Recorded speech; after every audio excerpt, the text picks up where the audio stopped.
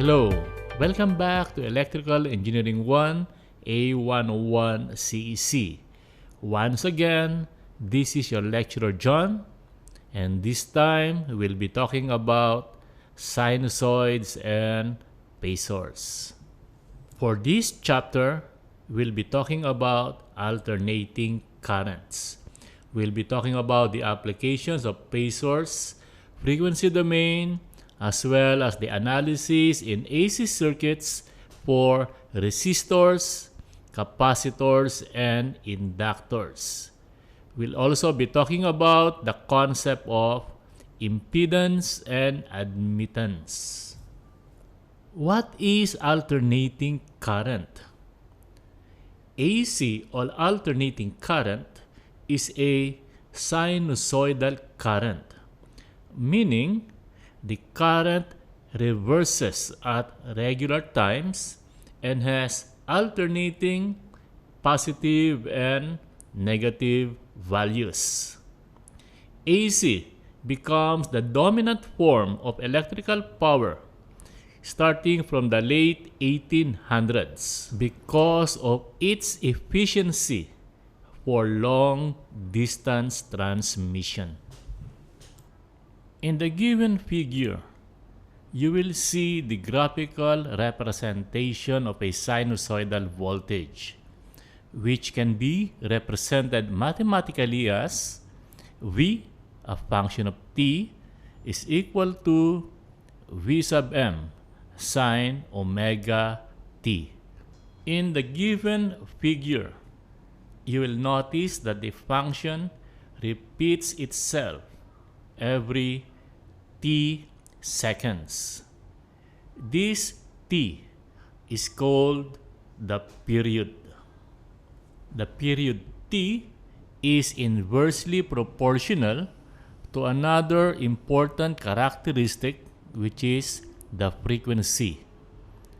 Thus, we can say that the frequency f is equal to 1 divided by t. The unit of this frequency f is hertz. This frequency can also be expressed in another form, which is called angular frequency and represented by omega. We can then say that omega is equal to 2 multiplied by pi multiplied by the frequency f. The unit of the angular frequency omega is radians per second. Generally, we normally compare one waveform against the other. This comparison can be done by including another parameter called a phase shift. Consider the two given sinusoids in the given figure. We have sinusoid 1 represented by V1, and we have sinusoid 2 represented by V2. Take note that by comparing V1 and V2, it shows that the waveform V2 reaches the maximum first before V1. This difference in timing is called the phase shift, which is represented by theta. If there is a difference between the time the two waveforms reaches the maximum, then it means that there is a phase difference and that the two waveforms are out of phase. If the two sinusoids are in phase, then it means they reach the maximum and minimum at the same time. Sinusoids can also be represented as phasors, which is set by setting t equal to 0. As such, A sinusoid in a time domain represented as v, a function of t, equal to v sub m cosine omega t plus theta. In the phasor domain, it is represented as v equal to v sub m angle theta. The given table in this slide shows the sinusoid phasor transformation from the time domain to the phasor domain. Now, let us talk about the phasor relationships among the three different components: resistors, capacitors, and inductors. Let us talk about the relationship between the currents and voltage. For the resistor, the voltage and current are always in phase with each other. Inductors, on the other hand, have a phase shift between the voltage and current. Normally, we say that the voltage leads the current by 90 degrees. Another way of saying this is that the current lags the voltage by 90 degrees. What does it mean? It means that the voltage reaches the maximum first before the current. Capacitors, on the other hand, have the opposite phase relationship compared to the inductors. In such case, we can say that the current leads the voltage. This table shows the summary of the voltage-current relationships among the resistors, inductors, and capacitors. In this table, let us look on the frequency domain. For the resistor, since the voltage and current are in phase, we can see that the resistor R is simply equal to V divided by I.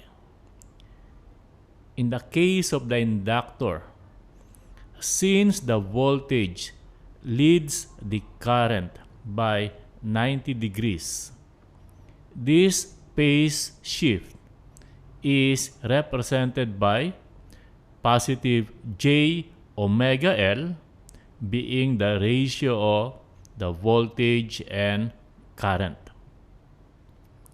Take a look on the capacitor. In a capacitor, the voltage lags the current by 90 degrees.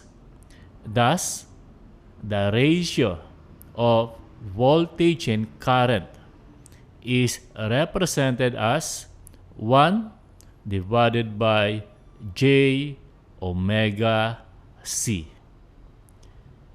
J omega L and J omega C are then termed as the reactances of the inductor and capacitor, respectively. Let us now talk about impedance and admittance. What is resistance in DC is impedance in AC. It is the expansion of Ohm's law to capacitors and inductors. The impedance of a circuit element is the ratio of phasor voltage to the phasor current. The impedance, represented by Z, is equal to the voltage divided by the current.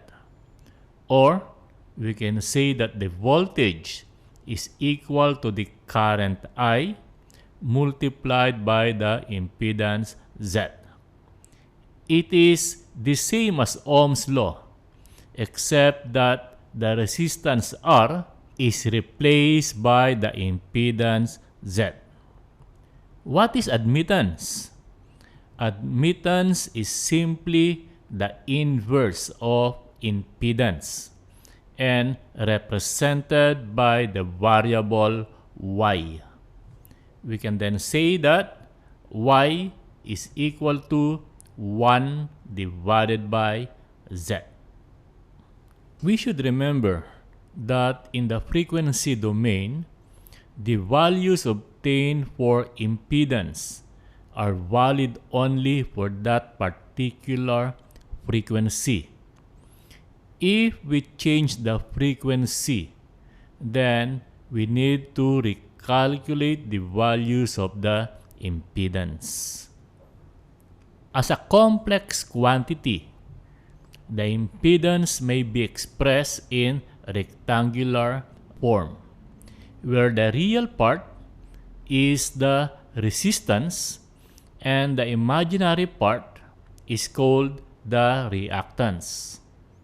When the reactance is positive, we can say that the impedance is more inductive, and it is more capacitive when the imaginary part is negative. Admittance, being the reciprocal of the impedance, is also a complex number. The unit for admittance is Siemens or Mohs.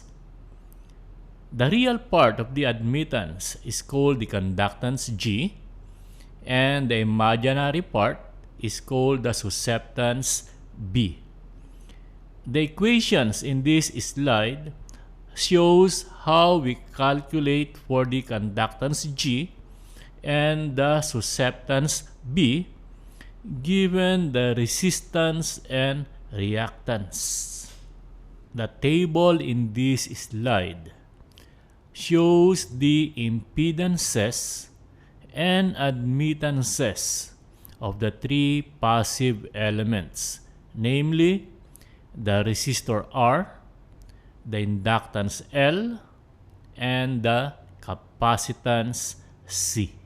Once in the frequency domain, the impedance elements are generalized, and the combination of the impedances will follow the rules for resistors. Like, for example, if we have several impedances in series, the total impedance will be the summation of the individual impedances.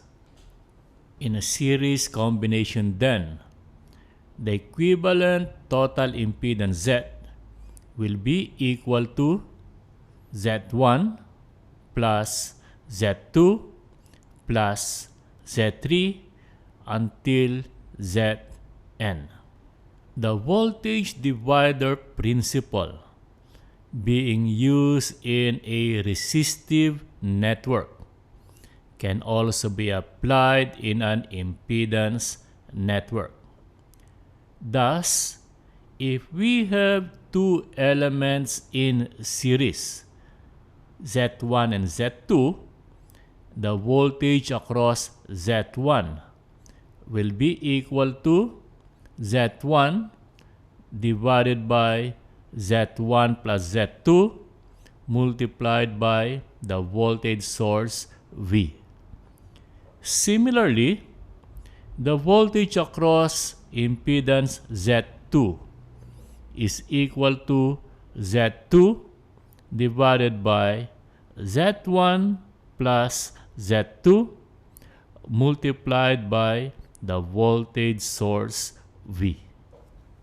Impedances connected in parallel will combine in the same fashion as resistors in parallel.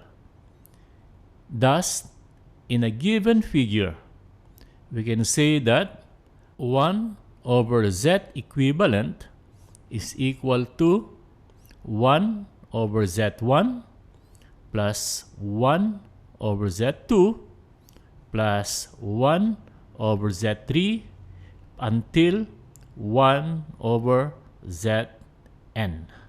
Expressed as admittance, they are represented as a sum. Thus, Y equivalent is equal to Y1 plus Y2 plus Y3 until Yn. Impedances connected in parallel can also act as current dividers. Example, if we have two impedances Z1 and Z2 in parallel, by current divider principle, the current through Z1 is equal to Z2 divided by Z1 plus Z2 multiplied by the total current I. Similarly, the current through impedance Z2 is equal to Z1 divided by Z1 plus Z2 multiplied by the total current I.